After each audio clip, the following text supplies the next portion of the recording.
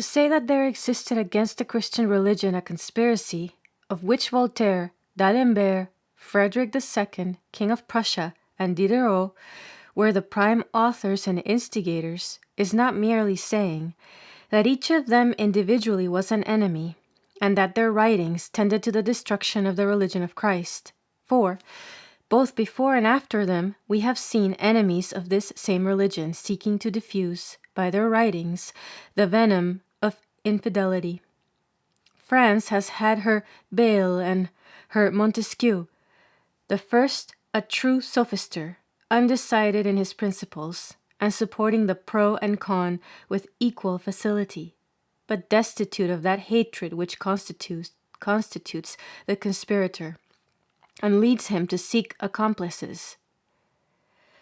The latter was but a youth when he wrote his Persian letters, and had no fixed principle against that faith to which he was one day to do homage, by declaring that he always respected religion, and that he looked on the gospel as the fairest gift that God had bestowed on man.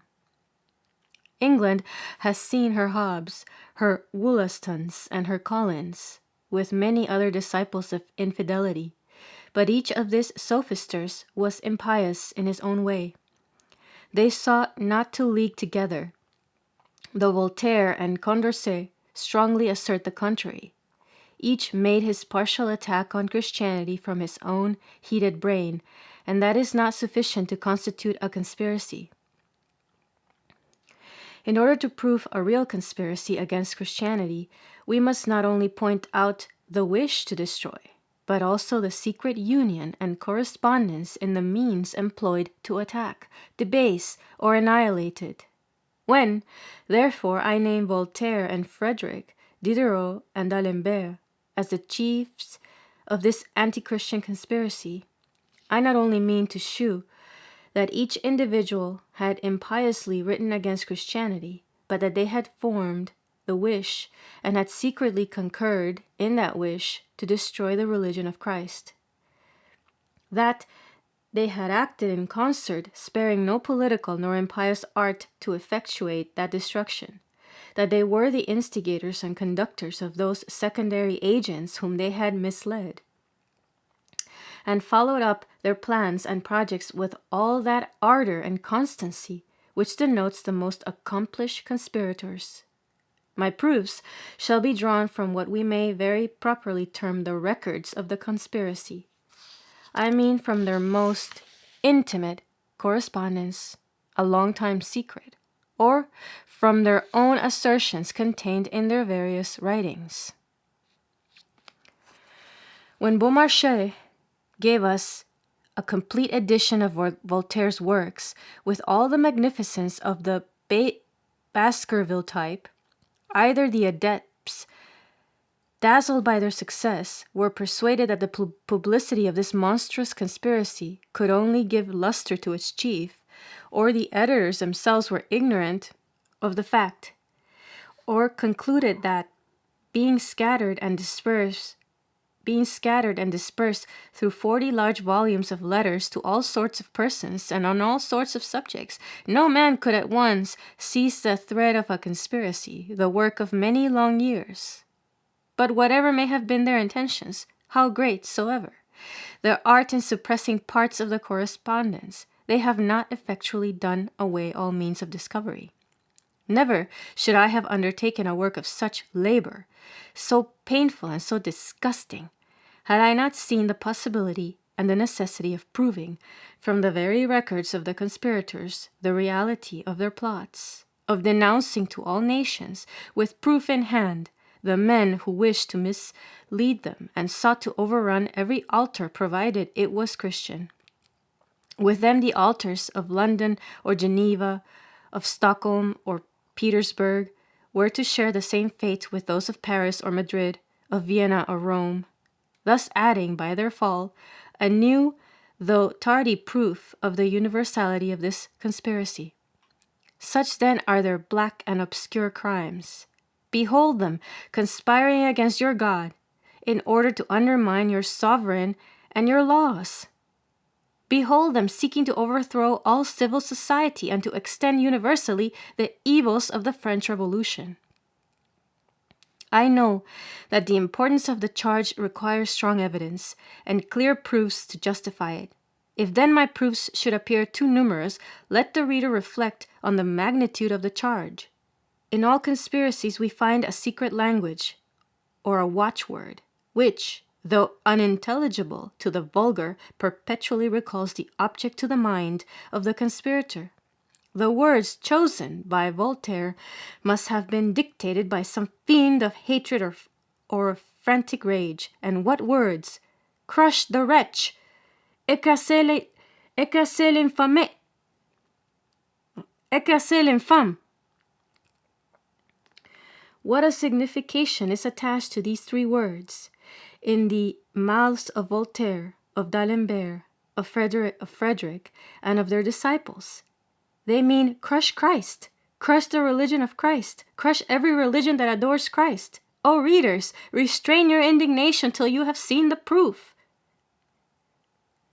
When Voltaire complains that the adepts are not sufficiently united in the war which they wage against the wretch, and wishes to revive their zeal, he recalls to their minds the hopes and projects he had conceived so early as 1730, when the lieutenant of the police of Paris warned him that he would not succeed in overturning the Christian religion, and when he daringly answered, "We shall see that." When exulting in the success of the war and progress of the conspiracy against the wretch, he triumphs in the idea that in Geneva, Calvin's own town, there are but a few beggarly fellows who believe in the consubstantial. When he wishes during this war against the wretch to give his reasons for tolerating the Socinians, it is, he says, because Julian would have favored them, and he hates what Julian hated and despises what he, Julian, despised. What, let us ask, is this hatred, common to the Socinians and to Julian the apostate, if not their hatred to the divinity of Christ? What is meant by the consubstantial fallen into disrepute, if not Christ? Or how can the word wretch be otherwise interpreted in the mouth of him that has said, "I am weary of hearing people repeat that 12 men have been sufficient to establish Christianity, and I will prove that one may suffice to overthrow it"? In the mouth of a man who, in his intrigues against the wretch, exclaims, "Could not 5 or 6 men of talents and who rightly understood each other succeed after the example of 12 scoundrels who have already succeeded?" In the mouth of this frantic infidel, can we misconceive the sense of these words? The 12 apostles are called 12 scoundrels, and their divine master a wretch. I may dwell too long on the proofs, but the charges are too heinous to pass them over lightly. All the men so much extolled by Voltaire for their ardor in crushing the wretch are precisely those who attacked Christianity without the least decorum or decency, such as Diderot, Condorcet, Helvetius, Freret, Boulanger, Dumarsais, and other such infidels, and those whom he particularly wishes D'Alembert to rally, the more effectually to crush the wretch, are the atheists, the deists, and Spinocists. Against whom then will the atheist, the deist, and the Spinocist coalesce? Against the God of the Gospel? Voltaire proceeds to direct the zeal of the conspirators against the Holy Fathers and against those modern authors who have written in defense of Christianity and of the divinity of Christ. Both of these he wishes to see treated with the utmost contempt, and he thus writes to his adepts, "Victory is declaring for us on all sides, and I can assure you that in a short time none but the rabble will follow the standard of our enemies, and that rabble we equally contemn, whether for or against us. We are a corps of brave knights, defenders of the truth, and admit none among us but men of education. Courage, brave Diderot, intrepid D'Alembert, form with my dear Damilaville, and rush forward on those fanatics and knaves. Pity poor Pascal, but despise Hauteville and Abbadie as much as if they were fathers of the church." Here then is clearly shown what Voltaire means by crushing the wretch. It is to undo what the apostles have done, to hate what Julian the Apostate hated, to attack those whom the deists, atheists, and Spinocists always attacked. It is, in short, to rush on the Holy Fathers or on any man who dares to defend the religion of Christ. The sense of this atrocious watchword is equally clear in the mouth of Frederick. With this royal sophister, as with Voltaire, Christianity, the Christian sect, the Christicole superstition, la superstition Christicole, and the wretch are all synonymous terms. With him, as with Voltaire, the wretch yielded none but poisonous weeds. The best writings against the wretch are precisely the most impious, and if any in particular deserve his highest esteem, it is that since Celsus, nothing so striking had been published against Christianity. The fact is that Boulanger, unfortunately more known by his impiety than by his conversion, is still superior to Celsus himself. As to D'Alembert, we may see that though he seldom uses this shocking word, he was well acquainted with its meaning. This is evident by his answers to Voltaire, by the means he suggests, and by the writings he approves and seeks to circulate as fittest to crush the wretch, which writings are precisely those that most directly tend to eradicate religion from the minds of the people. We may see, when wishing to show his zeal for the progress of the conspiracy against the wretch, he professes his eagerness to support Voltaire, and his sorrow that from local circumstances he cannot speak with the same freedom against Christianity. His expressions, and the numberless letters hereafter quoted, will leave no more doubt of him than of Voltaire or Frederick. Such was the general acceptation of the watchword among all the conspirators. Condorcet, indeed, laying aside the word wretch, positively asserts that Voltaire had sworn to crush Christianity, and Mercier says to crush Christ. That the views of the conspirators were to crush Christ is not too strong an expression. In the extent of their projects, no shadow of his worship was to remain. It is true that among the Christians they honored the Church of Rome with their chief hatred. But Luther and Calvin, the churches of England and of Geneva, though separated from Rome, had retained their belief of Christ, and were therefore to share the fate of the former. The whole gospel of Calvin is ridiculed by Voltaire as the fooleries of Jean Chauvin, and it is of these fooleries that he speaks when writing to D'Alembert. He says, in Calvin's own town, Geneva, there were but a few beggarly fellows who believed in the consubstantial, that is to say, who believed in Christ.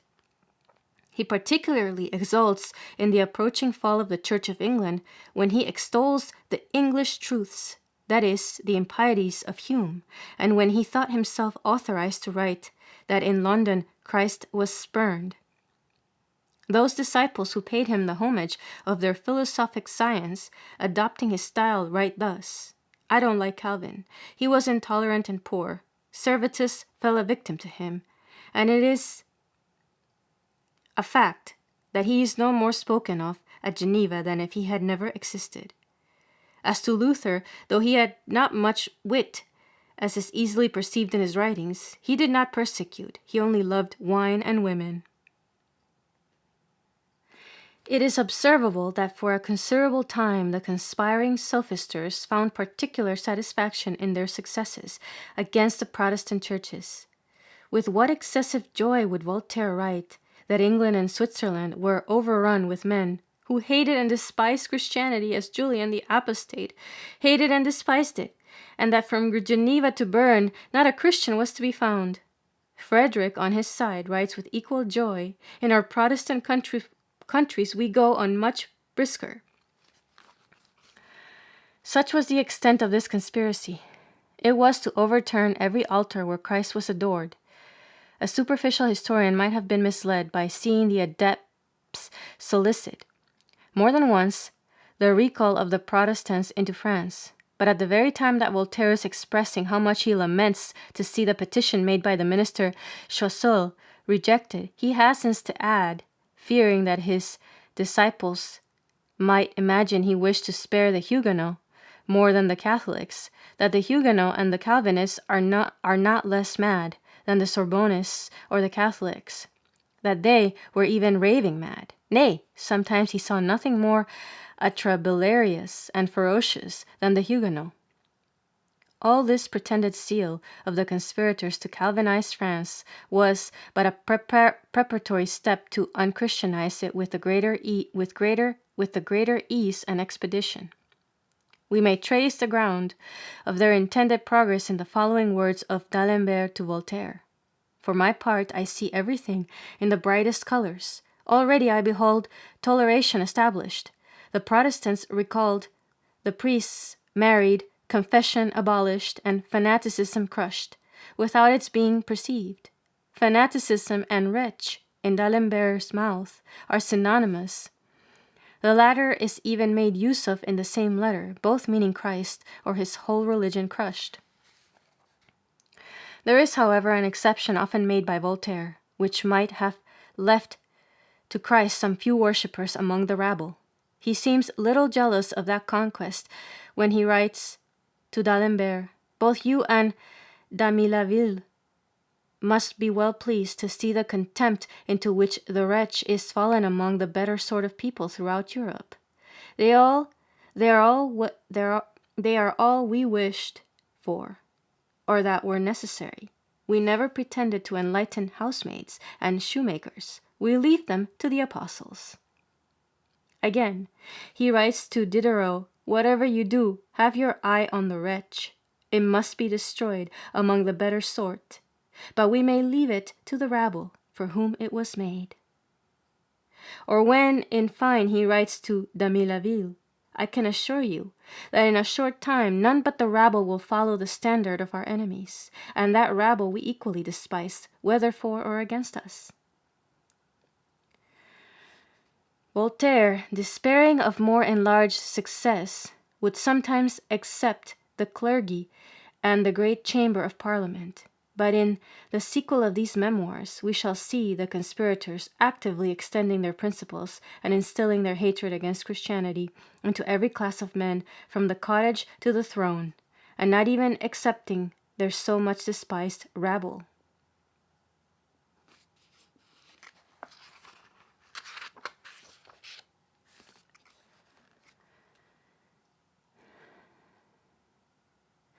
In conspiracies, it is not enough for the agents to have a particular watchword or formula in order to conceal their common object, but they must also have peculiar names by which they distinguish each other, but which are wholly unintelligible to the public.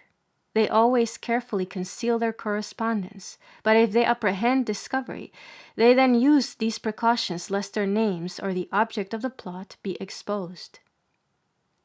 Such means were not neglected by Voltaire or D'Alembert. In their correspondence, Frederick is often called Luc, D'Alembert Protagoras, though he often styles himself Bertrand. Both were well applied to him, the former to denote the infidel, the latter to typify the means of his impiety by the shifts of Bertrand in Fontaine's fable of the monkey and the cat. When D'Alembert is Bertrand, the monkey, Voltaire is Raton, the cat. Diderot personates Plato, or Tonpla, and the general term for the conspirators is Cacuac. They say he is a good Cacuac when he can be perfectly depended upon. They are often, too, and particularly Voltaire, called brothers, as in Masonry. They also give peculiar imports to entire phrases of their enigmatical language. For example, the vine of truth is well cultivated, is tantamount to saying, we make rapid progress against religion. Of this secret language they particularly made use when they suspected what their letters were opened or stopped, a suspicion which often gave Voltaire and D'Alembert great uneasiness. It was for this reason that many of their letters were directed to fictitious persons, to merchants, or to some clerk in office who was in the secret. It does not appear that they ever made use of ciphers, which would have been much too tedious considering Voltaire's immense correspondence. Those were reserved for conspirators not less ardent, perhaps, but of a deeper policy. False directions and not signing their names seem to have given them sufficient confidence in their style. And if perchance any of their letters are more enigmatical than common, they are easily explained by those preceding or following them. It was by these shifts that they wished to leave an opening for excusing or explaining away what they had already written. But they are not sufficiently obscure to prevent discovery, and that with very little trouble when once surprised. Some few, however, are certainly more difficult to be understood than others. For example, the letter written by Voltaire to d'Alembert, the 30th of January, 1764, of which the following is an extract. My illustrious philosopher has sent me the letter of Hippias, B. This letter of B proves that there are T's, and that poor literature is falling back into the shackles which Malesherbes has broken. That demi-scholar as well as demi-citizen, D'Aguesseau, was a T. He would have hindered the nation from thinking. I wish you had but seen that brute of a Maboul. He was a very silly T. To be at the head of the customs upon ideas under the T, D'Aguesseau. Then followed the under T's, about half a dozen miserable rascals who, for the pitiful salary of 17 L per annum, would erase from a book everything that was worth leaving in it. Here it is evident that T stands for tyrant, one of which tyrants is the Chancellor D'Aguesseau, the other Maboul, the controller of the press. The under T's or tyrants are the public censors, whose salaries were about 17 L per annum. As to Hippias B, his person is not so clear. He was most probably some tyrant who wished to stop the circulation of those works which directly tended to the overthrow of the altar and the throne. But who can see, without indignation, the Chancellor D'Aguesseau, the ornament of the magistracy, called a tyrant, a demi-scholar, a demi-citizen? It is, however, forbearance in Voltaire not to abuse him more grossly. We must expect to see him and d'Alembert throughout this correspondence, lavishing the lowest terms of blackguardism on every man who differs from them in opinion, whatever be his merits in other respects, but especially on those who labored for or wrote in defense of religion. But, openly as the conspirators expressed themselves to each other, secrecy was strictly recommended to them with respect to the public, and Voltaire perpetually apprises the adepts of its importance. The mysteries of Mitra, he would make d'Alembert write to the adepts, are not to be divulged. The monster, religion, must fall, pierced by 100 invisible hands, yes, let it fall beneath 1,000 repeated blows. This secrecy, however, was not to be so much with respect to the object of the conspiracy as the names of the conspirators, and the means they employed. For it was impossible for the rancorous hatred of Voltaire to disguise the wish of annihilating Christianity. But he had to fear on one side the severity of the laws, and on the other the contempt and infamy which would certainly attach to himself and his disciples. For the impudence of their falsehoods and the effrontery of their calumnies, had it ever been possible to trace their authors and abettors. It is not the fault of history if it be obliged to represent the chief of the conspiracy as at once the most daring and most unrelenting in his hatred to Christ, yet the most desirous of concealing his attacks. Voltaire, secretly conspiring and masking his means, is the same man as when bold and blaspheming.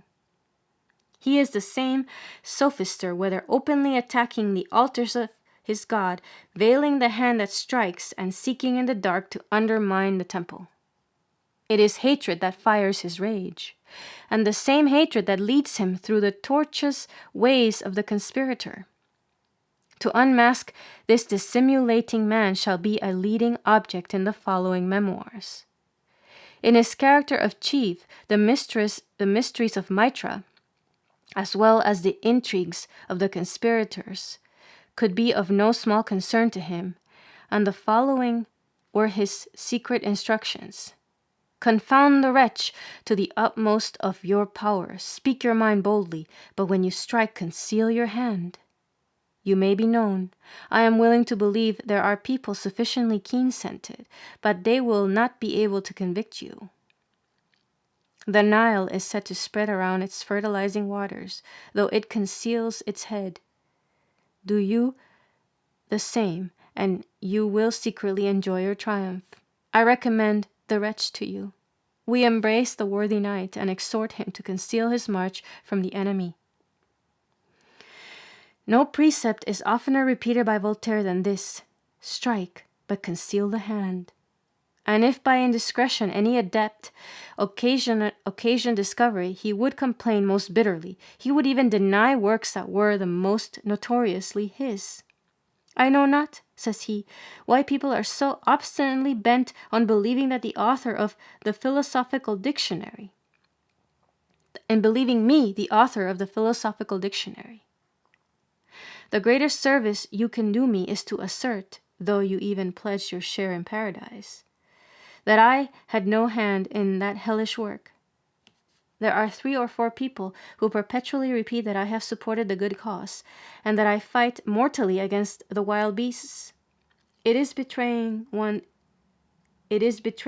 brethren to praise them on such an occasion. Those good souls bless me, but they also ruin me. It is certainly his, they say. It is his style and manner. Ah, my brethren, what fatal words! You should, on the contrary, cry out in the public streets, it is not he. For the monster must fall pierced by 100 invisible hands. Yes, let it fall beneath 1,000 repeated blows. It was in this art of secrecy and the skill of concealing his steps that D'Alembert so much excelled. Him it was that Voltaire recommended to the brethren for imitation. As the hope of the flock, he is daring, would he say to them, but not rash. He will make hypocrites, that is, religious men, tremble, without giving any hold against himself.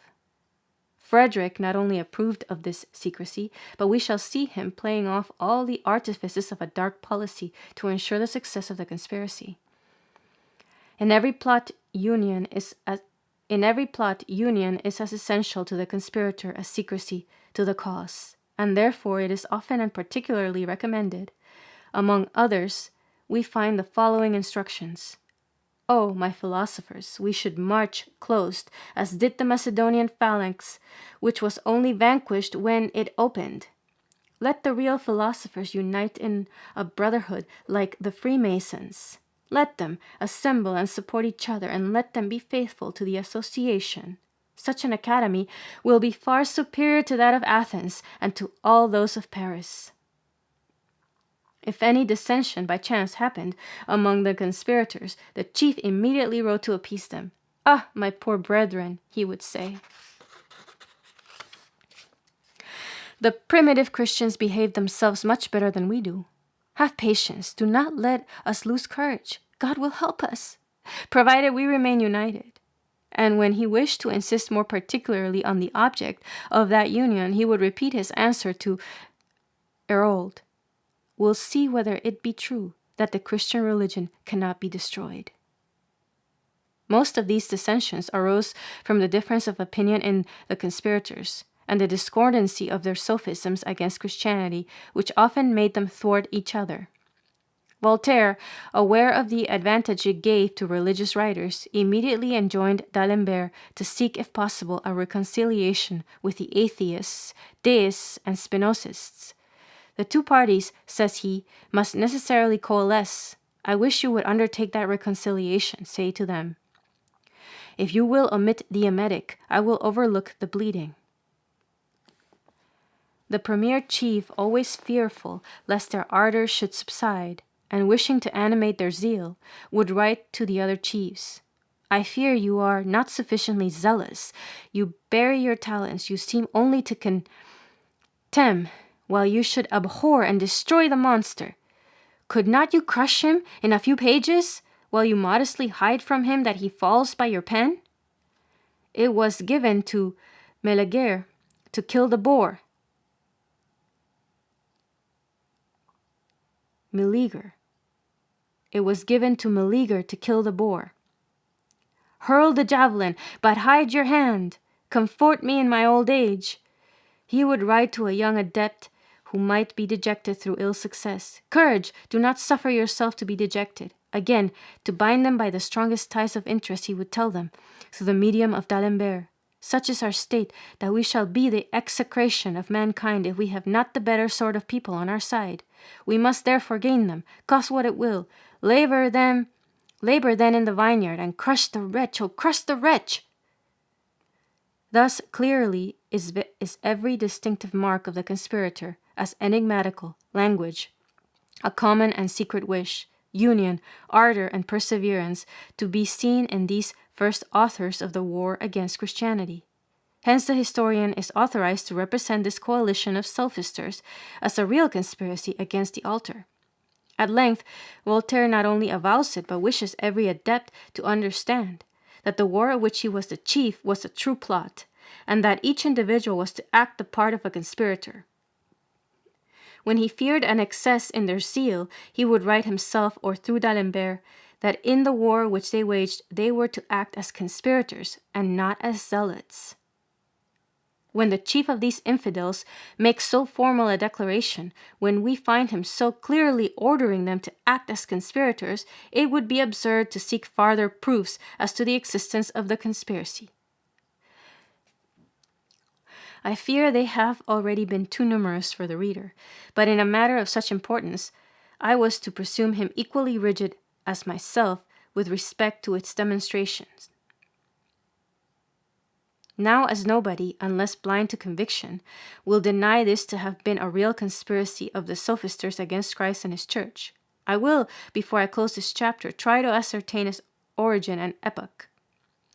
If this conspiracy were to be dated from the day on which Voltaire consecrated his life to the annihilation of Christianity, we should look back to the year 1728, that being the time of his return from London to France, and his most faithful disciples inform us that he made his determination when in England.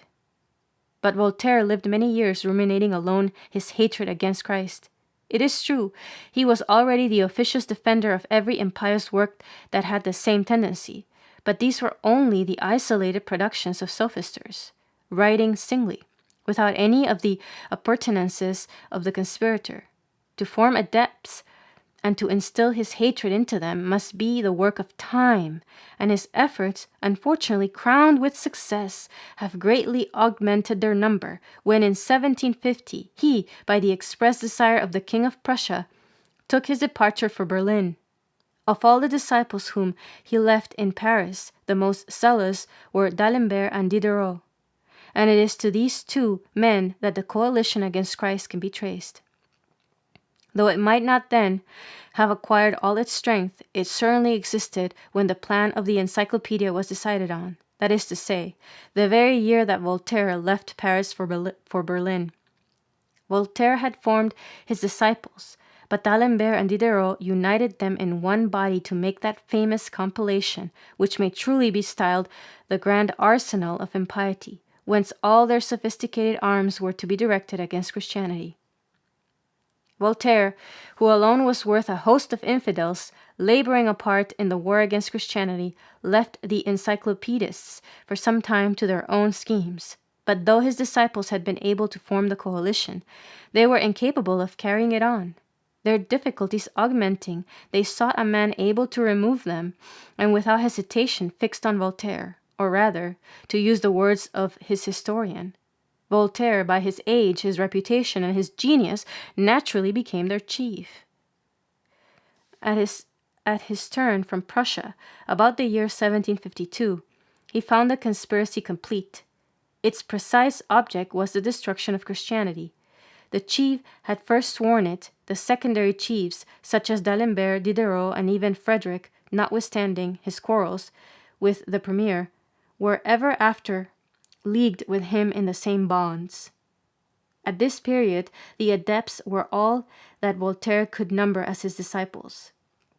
But from the day of the coalition between the premier and the secondary chiefs and the adepts' agents or protectors, from the day that the object of this coalition to crush Christ under the appellation of wretch and his religion had been decreed, until the grand object of the coalition was to be consummated by the proscriptions and horrid massacres of the Jacobins, near half a century was to elapse, for so much time was necessary for the harbinger of blood and corruption to prepare the way for the philosophist of destruction and murder. During this long period of time, we shall see this sophistical sect that had sworn to crush naturally coalescing with the sect, which under the name of Jacobin really does crush and massacre. Where then is the difference between the sophistical sect under Voltaire and d'Alembert, anticipating the murders of the French Revolution by their wishes and their conspiracies, and those sophisters who, under the name of Jacobins, overthrow the altar and imbue its steps with the blood of its priests and pontiffs? Do not they proscribe the religion of the same Christ, of the same God, whom Voltaire, d'Alembert, Frederick, and all that impious clan of adepts have sworn to crush and abhor? Will any one tell us that there is any difference between the sophisms of the former and the pretexts of the latter, between the school of Voltaire and the maxims of the Jacobinical den?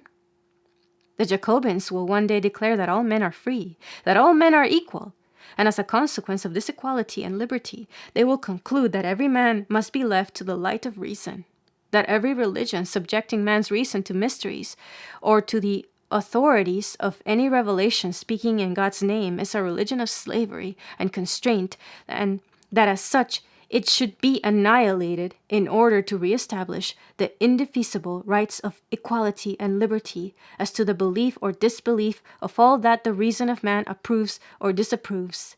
And they will call this equality and liberty the reign of reason and the empire of philosophy. Can the intelligent reader believe that this equality and liberty is not opposite to the war carried on by Voltaire against Christianity? Had ever the chiefs or adepts any other view than that of establishing their pretended empire of philosophy or their reign of reason on that self-same equality and liberty applied to revelation and the mysteries in perpetual opposition to Christ and his church? Did not Voltaire hate the church and its pastors because they opposed that equality and liberty applied to our belief? Because nothing was so contemptible and so miserable in his eyes as to see one man have recourse to another in matters of faith, or to ask what he ought to believe? Reason, liberty, and philosophy were as constantly in the mouths of Voltaire and d'Alembert as a means of overthrowing revelation and the gospel, as they are at this day in the mouths of the Jacobins. When the adepts wish to extol the glory of their chiefs, they will represent them as perpetually reclaiming the independence of reason, and devoutly expecting those days when the sun shall no longer shine but upon free men, acknowledging no other master but their own reason. When, therefore, on the ruins of the temple, the Jacobins shall have erected the idol of their reason, their liberty, or their philosophy, will they have fulfilled any other wish, confirmed any other oath than that sworn by Voltaire and his adepts?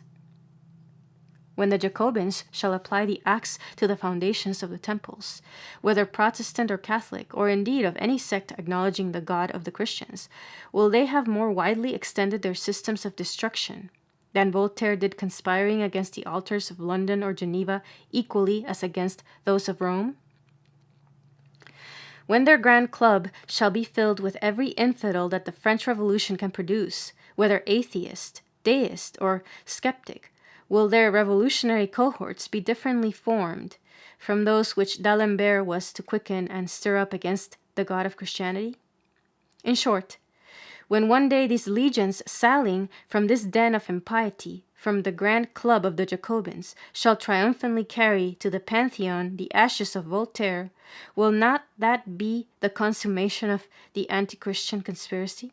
Will not that be the revolution so long planned by Voltaire? The means may differ, but the object, the spirit, and the extent of the conspiracy will remain. We shall see that the very means employed, the revolution that destroys the altar, that plunders and massacres its priests by the hand of the Jacobin, were not foreign to the wishes or intentions of the first adepts. The most dreadful and disgusting parts of this irreligious revolution only differs from their plans by a difference in terms. One wished to crush, the other did crush. The means were such as the times suggested. Both were not equally powerful. We will now proceed to tear the veil from those dark intrigues successively employed by the sophisters during the half-century which preceded and prepared such scenes of blood and confusion.